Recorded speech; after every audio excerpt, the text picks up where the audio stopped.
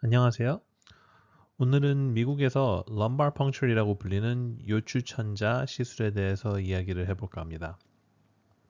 이 시술을 처음 받으시게 되면 이게 도대체 뭔지 그리고 어떤 방식으로 진행되는지 미리 조금이나마 알고 가시면 덜 긴장되시지 않을까 합니다. 미국에서는 이 시술을 lumbar puncture이라고도 하고 spinal tap이라고도 불러요. 이 시술의 목적은 결국 뇌 척수에게 접근 또는 도달을 하는 겁니다. 뇌 척수액은 말 그대로 두뇌와 척수를 늘 감싸고 있는 물 또는 액체를 말하는 건데요. 이 뇌 척수액에 도달하는 게 중요하지 꼭 요추를 통해서만 가야 한다고 정해져 있는 건 아닙니다. 단지 보통 요추, 그러니까 낮은 허리 쪽에 있는 척추 쪽에서 접근을 하는 게 제일 안전하고 쉬워요. 머리 또는 두뇌 쪽은 두개골이 완전히 덮고 있으니까 수술 없이는 당연히 머리 쪽으로는 접근이 안 되겠죠. 척추로 가면 척추 사이사이 마디마다 틈이 있어서 이제 바늘로 접근이 가능해져요. 하지만 목 또는 경추 쪽이나 등 또는 흉추 쪽은 척수가 두껍기 때문에 바늘로 척수를 찌르거나 할 수 있는 확률이 높아요. 허리 또는 요추쯤으로 내려오면 이제 척수가 얇아지기 때문에 바늘로 척수를 찌를 확률이 줄게 되죠. 물론 요추에는 조그마한 신경들이 많이 다니기는 하는데 각각 두께들이 얇아서 바늘에 관통당할 확률이 낮아요. 뇌척수에게 접근하려는 이유는 몇 가지가 있을 수 있는데요. 제일 흔한 경우는 검사 또는 진단용 뇌척수액을 뽑기 위해서예요. 보통 뇌수막염 같은 감염이 의심될 때 뇌척수액을 흔하게 검사하고요. 다발성 경화증 같은 염증성 질환을 검사할 때도 쓰이기도 해요. 또는 암이 뇌척수액 안에 섞여서 퍼지고 있다는 의심이 들 때도 검사를 해보죠. 물론 뇌척수액을 뽑는 게 아마 제일 흔하긴 하지만 반대로 뇌척수액에 무언가를 주입하기 위해서도 이 시술을 많이 해요. 보통 가장 흔하게 주입하는 두 가지는 조영제나 치료제인데요. MRI를 못 찍는 환자분들 디스크 진단을 하기 위해서 척수 조영술을 자주 해요. 척추 CT를 찍는 건데 뇌척수액에 조영제를 주입해서 디스크가 신경을 누르고 있는지 더 잘 볼 수 있게 도와주는 거죠. 특정 암이나 다른 몇몇 질병들은 치료제를 뇌척수액에 주입을 해야 하는 경우들도 있고요. 가끔은 뇌척수액을 뽑는 것 자체보다는 뇌척수액의 압력을 측정하려고 이 시술을 하는 경우도 있어요. 어떻게 생각하면 이 압력이 우리 두뇌가 늘 겪는 압력이라고 생각할 수 있어요. 이 수치는 혈압과는 관련이 없거든요. 즉 고혈압이 있으시다고 해서 이 개방 압력이 높다는 말은 아니라는 거죠. 실제로 이 시술을 받는 과정은 어떻게 되느냐? 그건 어떤 환경에서 이 시술을 받으시냐에 따라 조금 달라요. 특별한 기계나 시설 없이 진료실이나 병실에서 이 시술을 받는 경우도 있고요. 플로라스카피라고 하는 실시간 엑스레이 기계를 이용해서 이 시술을 받을 수도 있어요. 지난 10년에서 또는 20년간 이 엑스레이를 이용해서 시술을 받는 경우들이 많이 늘고 있어요. 제 생각에는 엑스레이를 쓰는 방법과 안 쓰는 방법 각각 장단점이 있는 것 같아요. 우선 엑스레이 없이 하는 방법의 장단점을 말해보자면 제 생각에 가장 큰 장점은 시술 때 환자분 자세인데요. 등을 앞으로 많이 굽힐수록 척추 마디 사이들이 벌어져서 바늘이 들어갈 틈도 넓어지고 성공률도 높아지거든요. 근데 보통 제일 흔하게 쓰이는 종류의 엑스레이 테이프를 위해서는 앞으로 엎드린 상태로 이제 누워야 되는데 엎드린 상태에서는 등을 많이 굽힐 수가 없잖아요. 진료실에서 엑스레이 없이 할 경우에는 옆으로 누워서 등을 많이 구부린 상태에서 이 시술을 할 수 있어요. 또 다른 장점이라면 물론 방사선에 노출이 안 된다는 점이죠. 하지만 단점은 엑스레이로 척추들을 보고 찌르는 게 아니기 때문에 랩이나 뭐 지도가 없이 시술을 하는 거나 마찬가지죠. 그래서 보통 골반뼈 윗부분이 어디쯤인지 만져서 파악을 하고 그거를 이용해서 찌를 지점을 정하는 방식으로 보통 진행이 됩니다. 안 보이는 상태에서 하는 시술이기 때문에 상대적으로 성공률이 덜 높은 편이죠. 그러면 엑스레이를 사용해서 시술을 받으면 뭐가 좋냐? 우선 척추 위치를 실시간으로 봐가면서 하기 때문에 조준이라는 게 가능해져요. 그만큼 성공률도 더 높고요. 단점이라면 물론 방사선 노출이 있겠죠. 시술을 하시는 의사분들이 당연히 방사선 노출을 최소화하려고 합니다. 엑스레이를 항상 켜놓는 게 아니라 시술하면서 중간중간 필요할 때만 잠깐만 켰다가 끄는 식으로요. 그래서 결과적으로 보통은 방사선 노출이 걱정하실 만큼 높은 수치가 아니에요. 하지만 물론 아예 방사선 노출이 없는 거에 비해서는 단점이겠죠. 또 다른 단점은 환자분 자세 세팅이 제한적이라는 점이에요. 아까 말씀드렸다시피 등을 앞으로 굽힐수록 시술 성공률이 높아지지만 이 시술에 제일 흔하게 사용되는 엑스레이 테이프를 위해서는 엎드린 자세로 누우셔야 하거든요. 즉 옆으로 누우실 수가 없으니 등을 앞으로 많이 굽히실 수가 없겠죠. 그리고 엑스레이 테이블도 기계라 감당할 수 있는 무게 제한이 있어요. 한국 분들은 거의 해당이 안 되지만 미국에서는 종종 엑스레이 테이블 제한 몸무게를 초과하시는 분들도 계세요. 엑스레이 테이블에 관한 제한이 한 가지 더 있는데 환자분 등에 시술 바늘이 찔렸다고 생각을 했을 때 환자분과 그 위에 이제 튀어나와 있는 바늘 높이가 기계의 폭 높이에 들어갈 수 있어야 합니다. 이 또한 한국 분들께는 거의 해당하지 않는 사항이기는 합니다. 자, 그럼 실제로 이 시술들이 어떤 식으로 진행되는지 상상을 도와드릴게요. 우선 진료실에서 엑스레이 없이 진행한다고 가정했을 때 보통 의사분이나 간호사분이 오셔서 시술에 대한 설명을 먼저 하고 동의를 구할 거예요. 질문이 있으시다면 이때 물어보셔도 되고요. 동의를 구한 이후에는 이제 환자분 차례가 되면 의사분이 진료실에 들어올 거고 셋업이 시작되겠죠. 보통은 옆으로 누워서 등을 앞으로 많이 굽힌 자세로 준비를 합니다. 자세를 잡으셨다면 이제 허리 쪽 등을 소독하고 천 같은 걸로 주변을 덮어줍니다. 그리고 의사분은 키트랑 도구들을 준비하시겠죠.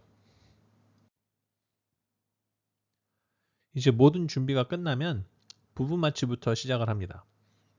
마취약이 주입될 시에 화끈거리는 통증을 느끼시는 분들도 계신데 보통 한 10초에서 20초가 지나면 조금씩 마취가 되는 게 느껴지실 거예요. 마취 이후에는 시술 중 따끔한 고통은 별로 없으시겠지만 바늘이 움직일 때의 밀고 당김에 대한 감각은 느껴지실 거예요. 시술 도중에 따끔한 고통이 아직도 느껴지시면 의사분께 바로 말씀하세요. 마취 주사를 더 놓아주실 거예요. 마취 이후에는 의사분이 이제 뇌척수액에 도달하려고 할 거예요. 근데 안타깝게도 운에 따라서 이 부분이 쉽고 빠르게 끝날 수도 있고 길어질 수도 있어요. 간혹 날카로운 통증이 다리를 타고 내려가는 것 같은 느낌을 겪으시는 환자분들이 계신데 이 느낌이 지속되는 게 아니라 찰나만 느껴지신 거라면 너무 걱정하실 필요는 없어요. 뇌 척수액 안에 신경들이 다니기 때문에 살짝 건드려지거나 하면은 그럴 수 있어요. 근데 보통 이런 느낌을 받으셨다면 의사분이 뇌 척수액에 거의 다 도착했다는 뜻이에요. 의사분이 뇌 척수액에 도달하셨다면 이제 샘플을 모으는데요. 뇌 척수액이란 게 어떤 면에서는 두뇌를 감싸는 쿠션 같은 거잖아요. 그래서 보통 주사기를 이용해서 빨리 뽑으려고 하지 않아요. 튜빙을 연결해 놓고 스스로의 압력과 또 중력만 이용해서 한 방울 한 방울 뇌척수액을 받아내요. 그래서 대부분의 경우 이 샘플 모으는 과정이 제일 길어요. 등에 바늘은 들어가 있는 상태지만 이 과정은 보통 아프지는 않아요. 샘플이 다 모인 후에는 바늘을 뽑고 반창고를 붙여줍니다. 미국에서는 보통 시술 후 몇 시간 동안은 최대한 등으로 누워있으라고 지침을 줘요. 대부분의 경우 며칠간 쉬엄쉬엄 지내고 너무 과격한 운동을 하지 말라고 권하기도 하고요. 자, 이제 엑스레이를 사용해서 시술을 받으실 경우를 상상해 볼까요? 몇 가지 차이를 제외하고는 거의 비슷해요. 우선 누군가가 와서 시술에 대한 설명을 해줄 거고요. 동의를 구할 거예요. 환자분 차례가 되면 이제 플로로스코피라고 하는 기계가 있는 방으로 안내를 할 거예요. 엑스레이가 쓰일 거기 때문에 의사분이나 테크니션 분들은 앞치마를 두고들 계실 거예요. 준비가 되셨으면 엑스레이 테이블에 배 쪽으로 엎드려서 누우시라고 할 겁니다. 그리고는 이제 엑스레이 사진을 하나 찍어서 계획을 짤 거예요. 조준할 지점이 마땅치 않다 싶으면 환자분 허리를 조금 틀어서 살짝 다른 각도에서 다시 엑스레이를 찍을 수도 있고요. 찍은 척추 사진을 지도처럼 이용해서 바늘로 조준하고자 하는 지점을 정하고 그 부분을 마커로 표시할 거예요. X나 동그라미를 피부 위에 그리는 방식으로요. 이 시점부터는 최대한 자세를 바꾸지 않고 안 움직이시는 게 중요해요. 계획을 짜는데 이용한 지도 사진으로부터 자세가 달라지면 원래 계획과 조준 지점이 쓸모가 없어지거든요. 그래서 처음부터 최대한 그나마 편하고 오래 유지할 수 있는 자세를 찾으시는 게 중요해요. 계획이 다 세워졌으면 마킹된 주위를 소독하고 근처를 천으로 덮을 거예요. 그리고 필요한 도구들을 준비하겠죠.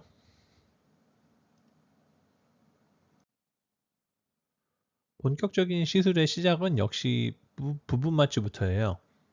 아까와 마찬가지로 통증이 계속 느껴지시면 의사분께 말씀하시고요. 부분 마취가 잘 됐다면 이제 뇌척수에게 접근을 시작합니다. 엑스레이가 있기 때문에 바늘이 제대로 조준한 방향대로 잘 가고 있는지 중간중간 쉽게 확인할 수가 있어요. 예를 들자면 바늘이 일직선으로 고지 들어가고 있다면 밑에 사진에 그려진 원처럼 엑스레이상 동그란 점으로만 보이겠죠. 의사분이 바늘 방향을 조금 틀고 싶다. 그러면 밑에 사진에 그려진 화살표처럼 엑스레이로 어느 정도 방향이 돌아갔는지 확인할 수가 있죠. 그리고 첨부된 사진들은 플로로스코피라고 부르는 실시간 엑스레이 사진들이 아닌데요. 그냥 이해를 돕기 위해서 넣은 사진들이에요. 실제 플로로스코피 사진들은 이렇게 선명하고 좋은 퀄리티는 아니에요. 그리고 대부분의 경우 밑에 그림 같은 정면 사진만 볼 수 있고 위에 그림 같은 옆쪽 사진은 활용할 수가 없어요. 전에 설명드렸다시피 뇌척수액은 한 방울 한 방울씩 모으기 때문에 샘플을 모으는 과정이 보통 제일 오래 걸려요. 진료실에서 엑스레이 없이 이 시술을 받으실 경우 대부분은 뇌척수액을 뽑기 위한 목적으로 하지 주입은 하지 않아요. 뇌척수액에 무언가를 주입하기 위한 목적이라면 보편적으로 엑스레이를 사용하는 편이고요. 무언가를 주입하기 위해서 시술을 받으시는 경우 이 시점에서 조영제나 치료제를 주입해요. 주입을 하는 건 뇌척수액을 모으는 것보다 훨씬 더 빨리 끝나요. 간혹 어떤 환자분들은 주입 시에 통증을 조금 느끼시는 분들도 있는데 이거는 드문 편이에요. 샘플을 모으거나 주입하는 과정이 끝나면 의사분이 바늘을 뽑고 반창고를 붙여주실 거예요. 여기도 마찬가지로 시술 후 몇 시간 동안은 최대한 등으로 누워있으라고 그리고 며칠간 쉬엄쉬엄 지내고 너무 과격한 운동을 하지 말라고 권하기도 합니다.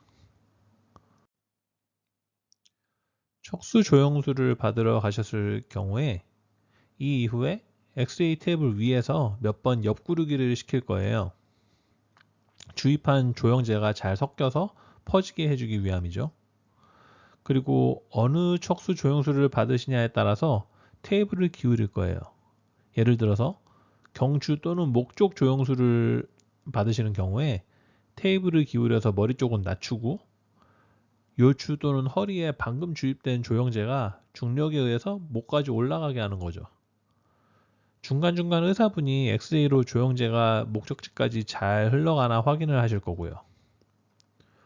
조영제가 목적지까지 도착했다 싶으면 이제 CT실로 안내해드리고 CT를 찍게 되실 거예요. 간혹 가다가 경추를 찍거나 할 때 조영제가 두뇌에 다다르면 두통을 느끼시는 환자분들이 종종 계세요. 만약 두통을 느끼신다면 의사분께 말씀드리세요. 근데 두통이 느껴지셨다고 해서 시술이 잘못됐나 하고 염려하실 필요는 없어요. 자, 그럼 이 시술을 받으시면서 겪으실 수 있는 문제점이 뭐가 있느냐? 제일 흔한 문제는 뇌척수액에 도달하는 거예요. 엑스레이의 도움이 없이는 당연히 어려울 수 있는 문제고, 엑스레이를 사용한다고 해도 충분히 있을 수 있는 문제예요. 운이 나쁘신 경우 뇌척수액에 도달을 못해서 척추 다른 부분 또는 다른 레벨을 새로 조준하고 다른 곳을 소독하고 부분 마취부터 다시 시작해서 재시도를 해야 되는 경우도 종종 있어요. 가끔 조영제가 뇌척수액 안 말고 근처에 다른 곳에 주입이 되는 경우도 있어요. 왜냐하면 의사분이 주입 과정을 위해서 조영제와 튜빙을 준비하는 동안에 또는 주입을 하는 와중에 바늘이 조금 움직여서 뇌척수액 밖으로 살짝 나올 수도 있기 때문에요. 경우에 따라서 운이 안 좋으시면 며칠 후에 다시 오셔서 시술을 받으셔야 할 수도 있고 또 몇 시간 동안 그 오피스에서 괜찮으신지 기다렸다가 체크를 받고 집에 가셔야 할 수도 있어요. 또 시술 자체는 완벽하게 흘러갔다고 해도 뇌척수액 누출 두통을 겪으시게 될 수도 있어요. 이 주제는 얘기가 길어질 수밖에 없는 문제라 지금은 길게 설명하지는 않을게요. 관심 있으시다면 후에 영상을 따로 만들어 보도록 할게요. 보통 시술 후에 최대한 등으로 누워 있으시라고 하고 며칠간 쉬엄쉬엄 지내시라고 하는 게 대부분 이 두통을 예방해 보고자 드리는 말이에요. 지금까지 들어주셔서 감사하고요. 미래에 이 시술을 받으셔야 할 일이 있으시다면 걱정을 조금이나마 덜어드릴 수 있는 시간이었으면 합니다.